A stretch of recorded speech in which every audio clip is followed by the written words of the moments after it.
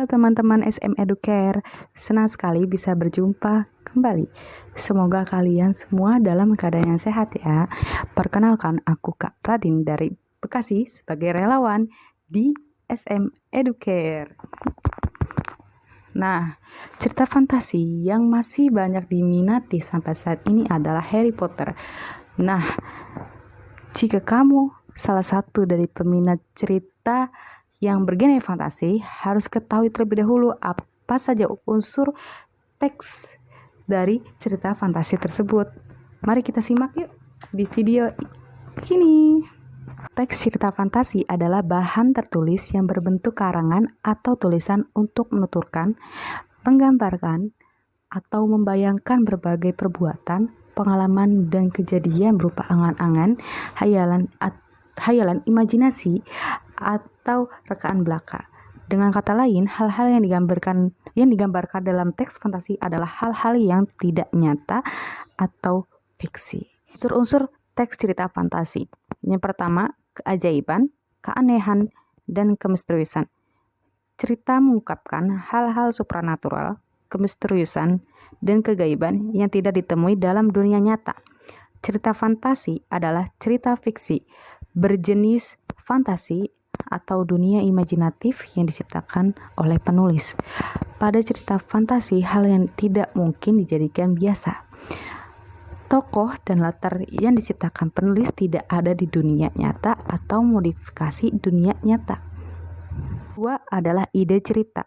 Ide cerita terbuka terhadap daya khayal penulis, tidak dibatasi oleh realitas atau kehidupan nyata. Ide juga berupa irisan dunia nyata dan dunia khayal yang diciptakan pengarang. Ide cerita terkadang bersifat sederhana, tapi mampu menitipkan pesan yang menarik. Tema cerita fantasi adalah gaib, supernatural, atau futuristik. Yang ketiga adalah menggunakan berbagai lintas ruang dan waktu. Peristiwa yang dialami tokoh terjadi pada dua latar, yaitu latar yang masih ada dalam kehidupan sehari-hari dan latar yang tidak ada pada kehidupan sehari-hari. Alur dan latar cerita fantasi memiliki kekhasan. Rangkaian peristiwa cerita fantasi menggunakan berbagai latar yang menerobos dimensi ruang dan waktu. Jalinan peristiwa pada cerita fantasi berpindah-pindah dari berbagai latar yang melintasi ruang dan waktu.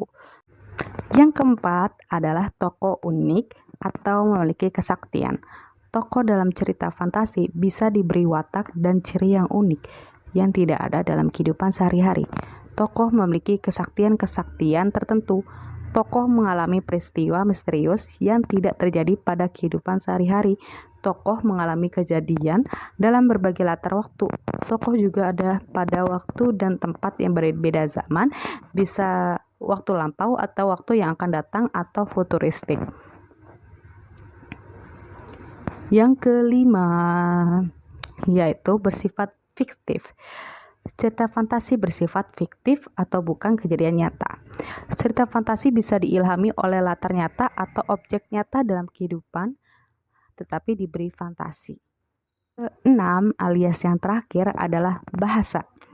Penggunaan sinonim disampaikan dengan emosi yang kuat dan variasi kata yang cukup menonjol. Bahasa yang digunakan variatif, ekspresif, dan menggunakan ragam percakapan atau bukan bahasa formal. Nah, kalau kalian selain tertarik membaca dan ada keinginan untuk menulis, perlu diperhatikan ya, platform yang tepat untuk menulis cerita fiksi. Setiap platform memiliki karakteristik tersendiri yang bisa kamu manfaatkan dengan tujuan kepenulisanmu. Kasih tahu aku ya, apa judul favorit cerita kamu yang bergenre fantasi? Wah, nggak terasa nih sesi pembelajaran kita hari ini dengan tema unsur-unsur teks cerita fantasi sudah selesai nih. Semoga apa yang kita pelajari hari ini bisa menambah pengetahuan teman-teman. Tetap jaga kesehatan dan sampai jumpa di video pembelajaran selanjutnya ya. Salam dari SM Educare, peduli edukasi, peduli negeri.